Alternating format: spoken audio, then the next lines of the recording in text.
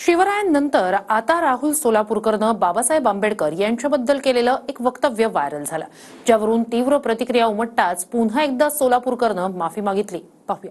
महाराज आग्र्याहून सुटले, मिठाईचे पेटरे काही नव्हते, चक्क लाच देऊन आलेत महाराज. त्याला सोडणार नाही, त्याला खाली घ्या त्याला. अभ्यास करून सगळं तो मोठं झालेलं आहे. तसं त्या अर्थाने भीमराव आंबेडकर ब्राह्मण ठरतात वेदांमध्ये. तुझी लायकी काय? नाहीतर कोणी नाही मारलं तरी चालेल, पण मी तुला जोडणार, मी तुला मारणार.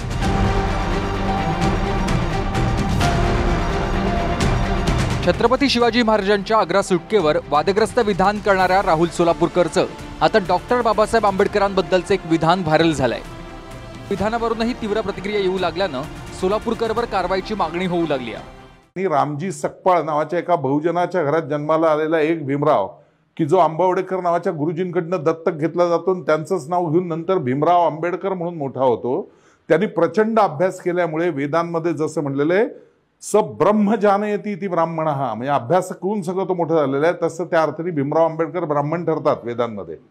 सोलापूरकर, तुम्ही जिथे असाल, तुम्ही बाबासाहेबांना अरे तुरे म्हणताय की तो अरे आम्ही म्हणू तो आमचा बाप आहे. बाप तू म्हणशील का माझा बाप आहे हा? अरे तुला एवढं बोलण्याचं स्वातंत्र्य त्या बाबासाहेबांनी दिलं.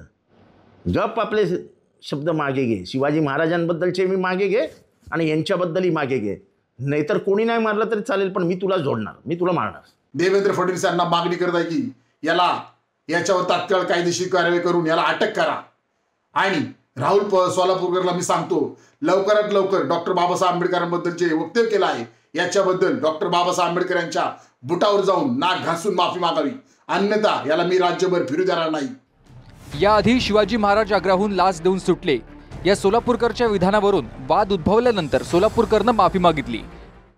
अगदी औरंगजेबाच्या वजिराला आणि त्याच्या बायकोला सुद्धा लाच दिलेली आहे महाराजांनी. हे बोलण्याच्या नादात लाच या शब्दामुळे जर शिवभक्त शिवप्रेमी नाराज झाले असतील तर मी मनपूर्वक दिलगिरी व्यक्त करतो.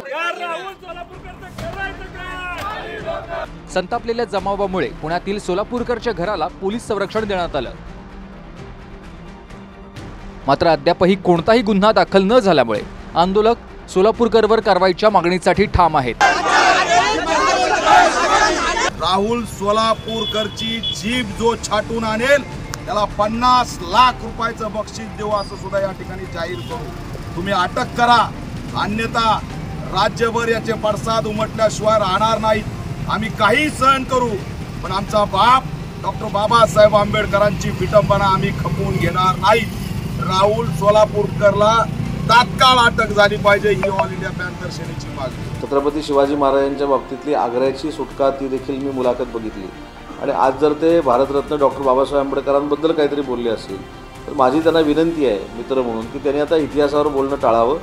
कारण इतिहासाचा वेगळा उपयोग बोलण्यातनं ते जर करत असतील तर ते चुकीचं आहे आणि त्याच्यामुळं कायदा आणि सुव्यवस्था बिघडू शकते. छत्रपती शिवाजी महाराज यांच्या आग्र्याहून सुटका या प्रसंगाविषयी बोलताना माझ्याकडून एक चुकीचा शब्द बोलण्याच्या ओघात गेला होता आणि त्यावरनं अनेक शिवभक्तांच्या भावनांना ठेस लागली आणि त्याबद्दल मी जाहीर माफी मागितली. आज एक नवीन विषय परत समोर आलाय. भारतरत्न बाबासाहेब आंबेडकर यांच्याविषयी मी काही वक्तव्य केलंय असा. श्रीमंत थोरले बाजीराव पेशवे यांचा विचार केला तर ते भट म्हणून जन्माला आले तरी हातात तलवार घेतल्यामुळे क्षत्रिय ठरतात. या न्यायाने मी म्हणलं होतं, रामजी सकपाळांचे चिरंजीव भीमराव आंबेडकर हे अभ्यासाने इतके मोठे झाले की त्या अर्थाने ते ब्राह्मण ठरतात.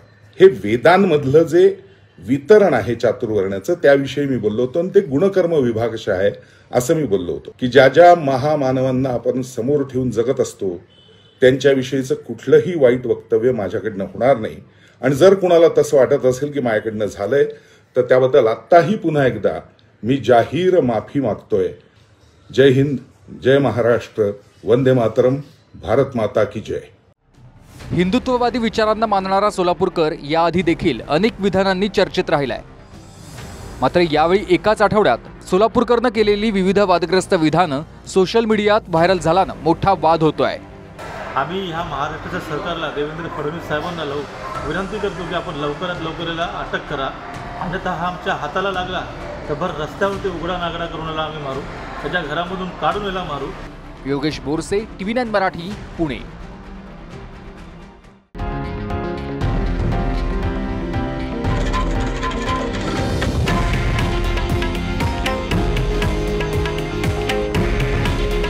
हे आहे देशातील नंबर 1 न्यूज नेटवर्क आणि आपण पाहत आहात TV9 मराठी.